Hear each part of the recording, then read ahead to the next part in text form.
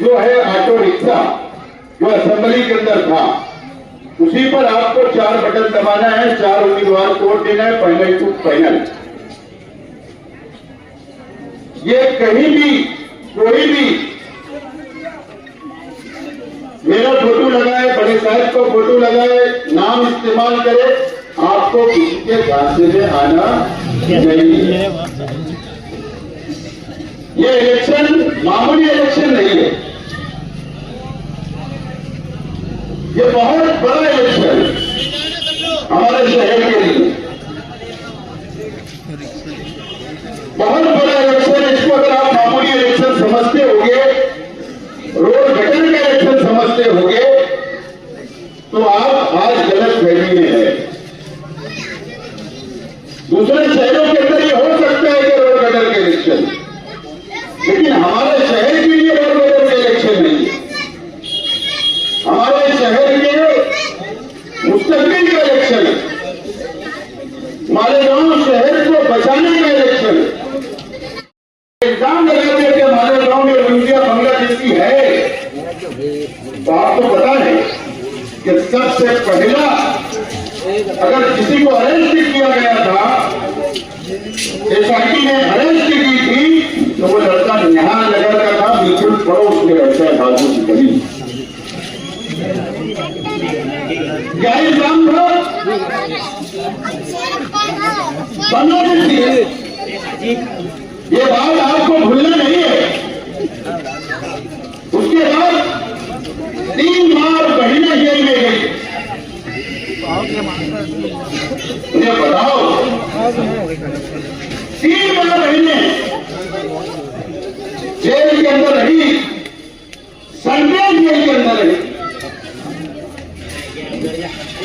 जमानत किसने करवा? आज भी 1 साल गुजर गया, आज भी कई नौजवान संजय जेल के अंदर बंद है, सलाखों के पीछे है, मुकामी कोर्ट जमानत नहीं दे रही। हम लोग ने हाईकोर्ट के अंदर जमानत सियासी लगाई, जमानत के लिए फिर एप्लीकेशन दाखिल की, उसकी सुनवाई 8 जनवरी को होना है। 8 जनवरी को होना पड़े, वकील अपने लगा। ये शुरुआत है बीजेपी की, आरएसएस की। ये बात आपको याद रखना। 3400 लोगों के, उसमें बच्चे भी हैं, उसमें औरतें भी हैं, उसमें बुजुर्ग भी है, उसमें नौजवान भी है, कि उनके जन्म दाखिले सरकार ने रद्द कर दिए, कैंसिल कर दिए गए। कैंसिल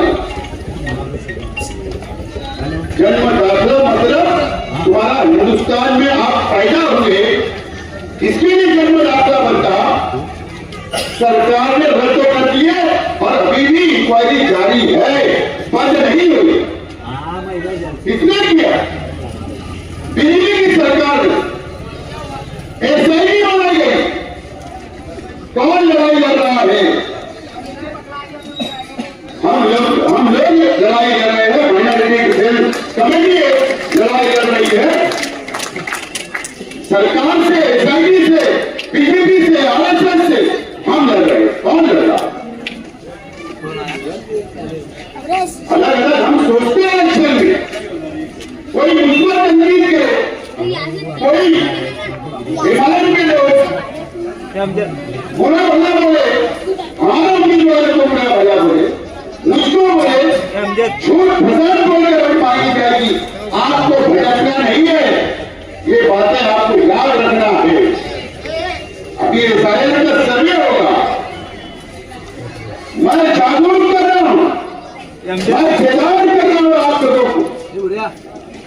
याद रखना मुसलमानों, मालेगांव शहर के मुसलमानों, इस बात को याद रखना, कल मैं जिंदा रहूंगा नहीं, मेरी बात आप नोट कर लो कि एसआईआर का सर्वे जब होगा तो शेख आसिफ का भी होगा, और आप लोगों का भी सर्वे होने वाला है। एसआईआर मतलब क्या आपको पता है कि एनआरसी जब कानून मोदी सरकार ने लाई, जब अमित शाह ने लाया, तो हम लोग लाखों लोग, देश के मुसलमान, देश के दलित भाई, हम लोग लाखों लोग रास्ते के ऊपर आए। हमने एहतजाज किया, हमने आंदोलन किया, मोर्चा निकाला, दिल्ली के अंदर शाहीन बाग बना कि एनआरसी लागू की जा रही है ऊपर। उन लोगों पर लगे ये जो एफआईआर आया है ना, ये उसी की एक छड़ी है जो बिहार के अंदर 70 लाख लोगों के 70 लाख लोगों के नाम मतदान यानी वोटर लिस्ट से काट लिए गए 70 लाख लोगों के। आज भी देश में 10 रियासतों के अंदर 10 राज्यों के अंदर सर्वे चल रहा है। अभी इलेक्शन के बाद महाराष्ट्र में होगा, और याद रखना महाराष्ट्र में जहां मुस्लिम शहर है, मुस्लिम बस्तियां है, मुसलमानों की आबादी है, वहां पर ये बीजेपी की सरकार, ये आरएसएस की सरकार हमारा सर्वे बारीकी से करवाएगी, बारीकी से करवाएगी। आपके सबूत मांगे जाएंगे। जहां तक मेरी आवाज जा रही है, मेरी मां और बहनें, आप भी घरों में बैठकर मेरी बातों को सुने, नोट करें कि आपसे सबूत मांगे जाएंगे। आपसे ये सबूत मांगा जाएगा कि 2002 में आपकी वोटर लिस्ट का सबूत पेश करो। आपसे सबूत मांगा जाएगा कि आज की यादी का सबूत पेश करो। और उसमें भी जो नाम था आपका, जो सरनेम था, वही सरनेम, वही नाम आज की यादी में भी सेम होना चाहिए, एक जैसा होना चाहिए। सबूत मांगा जाएगा, आपसे सबूत मांगा जाएगा। आधार कार्ड दो, आपसे सबूत मांगा जाएगा। पासबुक दो, आपसे सबूत मांगा जाएगा। पासपोर्ट अगर है तो वो सबूत दो, आपसे सबूत मांगा जाएगा। जन्म दाखिला मांगा जाएगा, आपसे स्कूल का सर्टिफिकेट मांगा जाएगा, आपसे राशन कार्ड मांगा जाएगा, और उसमें आपका नाम सेम होना चाहिए, जैसा होना चाहिए। ये सबूत आपके बच्चों से भी मांगा जाएगा, आपके घर की औरतों से भी मांगा जाएगा, और आप लोगों से भी मांगा जाएगा। मैंने उसको 3 बार पूछा ना भैया, शेख हसीना पर भी कानून आप पर भी रहेगा। मुझे बताओ कि हम गरीब मजदूरी करने वाले, छोटा मोटा व्यापार करने वाले, हमारे अंदर कम पढ़ाई है, कम तालीम है, ये मैं मानता हूं। गुर्बत की वजह से हमारे पास ये सबूत, आपकी मदद कौन करेगा? ये सबूत लाने में, या आपके पेपर दुरुस्त करने में, या आपके सर्वे करवाने में आपकी मदद कौन करेगा?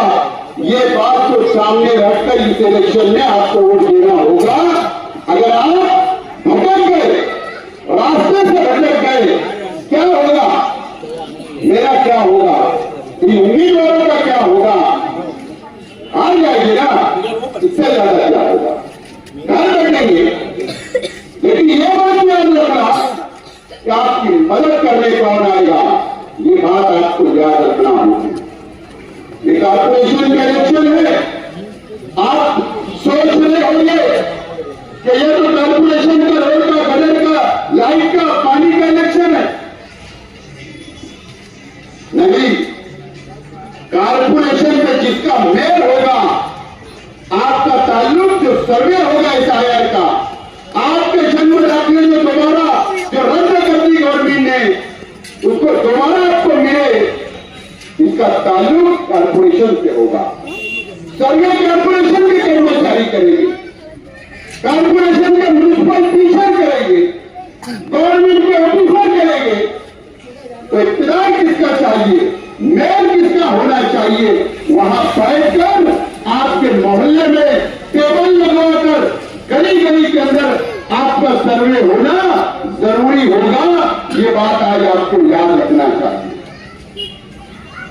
सर्वे में हम बदल गए, सर्वे में अगर हम चूक गए, अगर हम लोगों ने मुकम्मल पेपर और सबूत नहीं दे पाए, तो आपका नाम भी जिस तरीके से बिहार के अंदर नाम 70 लाख लोगों के काट किए गए, उसी तरीके से महाराष्ट्र में भी और इस शहर में भी नाम काट किए जाएंगे।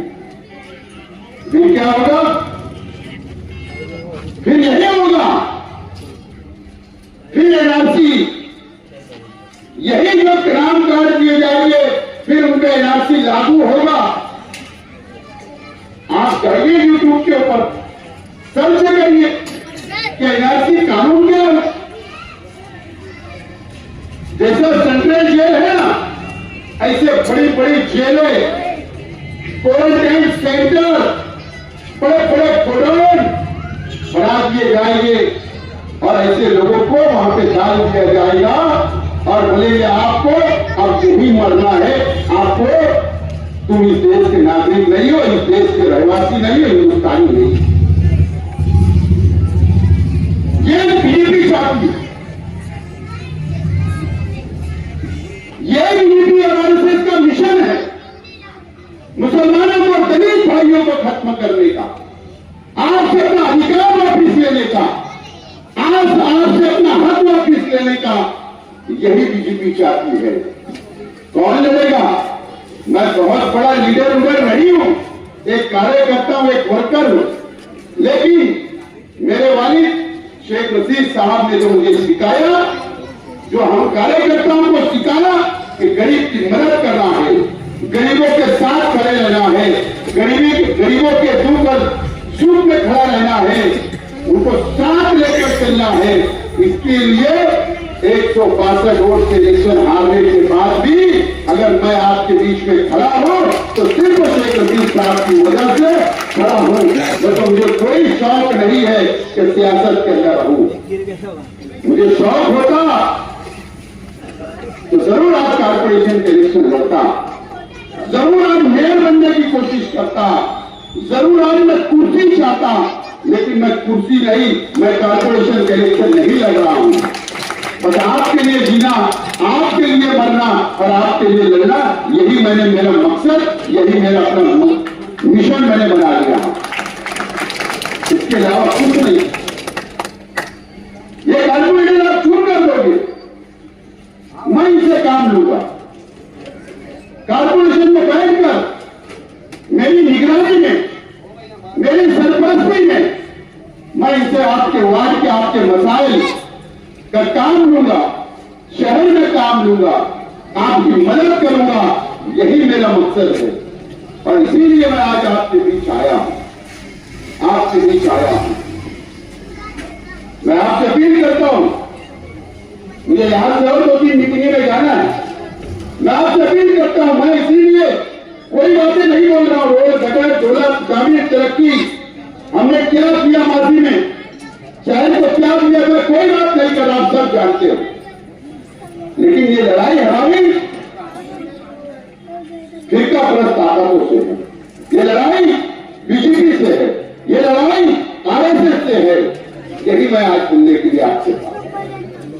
और मुझे उम्मीद है ये वार्ड में, इसी वार्ड में, आपके वार्ड में हुकूक कॉलोनी भी आती है। इसी वार्ड के अंदर शेख रशीद साहब ने अपनी आखिरी जिंदगी गुजारी, शेख रशीद साहब ने आखिरी वक्त का गुजारा, आपके बीच में रहे, आपके साथ रहे, आपकी बस्ती में रहे। आपको तारीख बनाना है इलेक्शन के अंदर कि शेख रशीद साहब नहीं भी है दुनिया में, तो ये वार्ड कल भी शेख रशीद साहब को मानने वाला था, आज भी शेख रशीद साहब को मानने वाला है और इंशाअल्लाह कल भी शेख रशीद साहब को मानने वाला रहेगा। ये तारीख बनाना है, ये अपील करने के लिए आज आपके बीच में आया हूं। 4 वोट, 1 वोट ना इधर न 1 वोट इधर, फाइनल टू फाइनल, किसान ऑटो रिक्शा, आगे पीछे कुछ मत सोचो। मैं आज आपसे अपील करने के लिए आया और अगर आप लोगों ने आगरा रोड की ये बात पास के लोगों ने इस इलाके से 20 सीट आ रही है, 20 कॉर्पोरेटर है आगरा रोड के इधर।